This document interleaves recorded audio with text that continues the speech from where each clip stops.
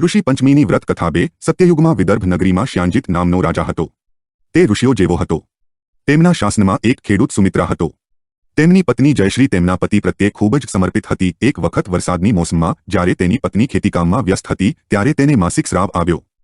તેણીને જાણવા મળ્યું કે તેણીને માસિક ધર્મ છે, તેમ છતાં તેણીએ ઘરના કામ કરવાનું ચાલુ રાખ્યું. થોડા સમય પછી સ્ત્રી અને પુરુષ બંને પોતપોતાનું જીવન જીવ્યા પછી મૃત્યુ પામ્યા. જયશ્રી કુત્રી બની ગઈ અને સુમિત્રાને માસિક ધર્મમાં આવતી સ્ત્રીના સંપર્કમાં આવવાથી બળદની યોનિ મળી.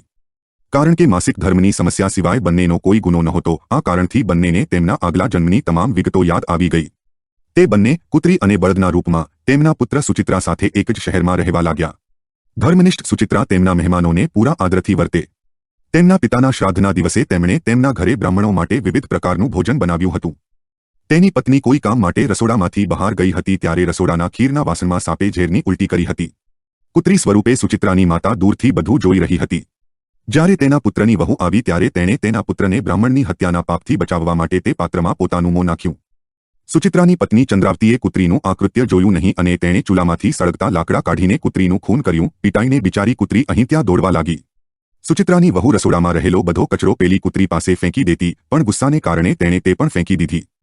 તમામ ખાદ્ય પદાર્થો ફેંકી દીધા પછી, વાસણો સાફ કર્યા પછી ફરીથી ખોરાક રાંધ્યો અને બ્રાહ્મણોને ખવડાવ્યો. રાત્રે ભૂખથી પરેશાન કુત્રી બળદના રૂપમાં રહેતા તેના ભૂતપૂર્વ પતિ પાસે આવી અને કહ્યું, હે ભગવાન, આજે હું ભૂખથી મરી રહ્યો છું. જો કે મારો દીકરો મને રોજ ખાવાનું આપતો હતો, પરંતુ આજે મને કંઈ મળ્યું નથી. ઘણા બ્રાહ્મણોને મારી નાખવાના ડરથી સાપના ઝેરવાળા ખીરના વાસણને સ્પર્શ કરીને અખાદ્ય બનાવી દેવામાં આવ્યા હતા. આ કારણોસર તેની પુત્રવધુએ મને માર્યો હતો અને ખાવા માટે કંઈ આપ્યું ન હતું.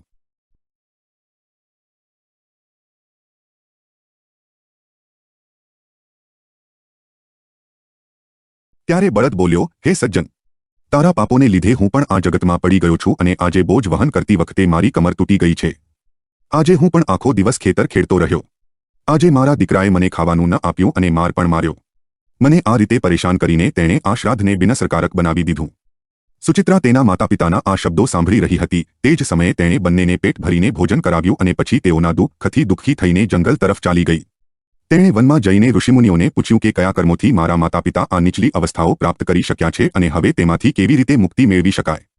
ત્યારે સર્વાત્મ ઋષિએ કહ્યું, તેમના મોક્ષ માટે તમારી પત્ની સાથે ઋષિ પંચમીનું વ્રત કરો અને તેનું પરિણામ તમારા માતાપિતાને આપો. ભાદ્રપદ માસની શુક્લ પંચમીના દિવસે મુખ શુદ્ધિ કરીને બપોરે નદીના પવિત્ર જળમાં સ્નાન કરી નવા રેશમી વસ્ત્રો ધારણ કરી અરુંધંતી સહિત સપ્તઋષિઓની પૂજા કરવી. આ સાંભળીને સુચિત્રા પોતાના ઘરે પરત ફર્યા અને તેમની પત્ની સાથે વિધિ પ્રમાણે પૂજા વ્રત કર્યું.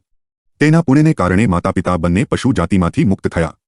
તેથી જે સ્ત્રી ભક્તિભાવથી ઋષિપંચમીનું વ્રત રાખે છે તે તમામ સાંસારિક સુખ ભોગવ્યા બાદ વૈકુંઠ જાય છે.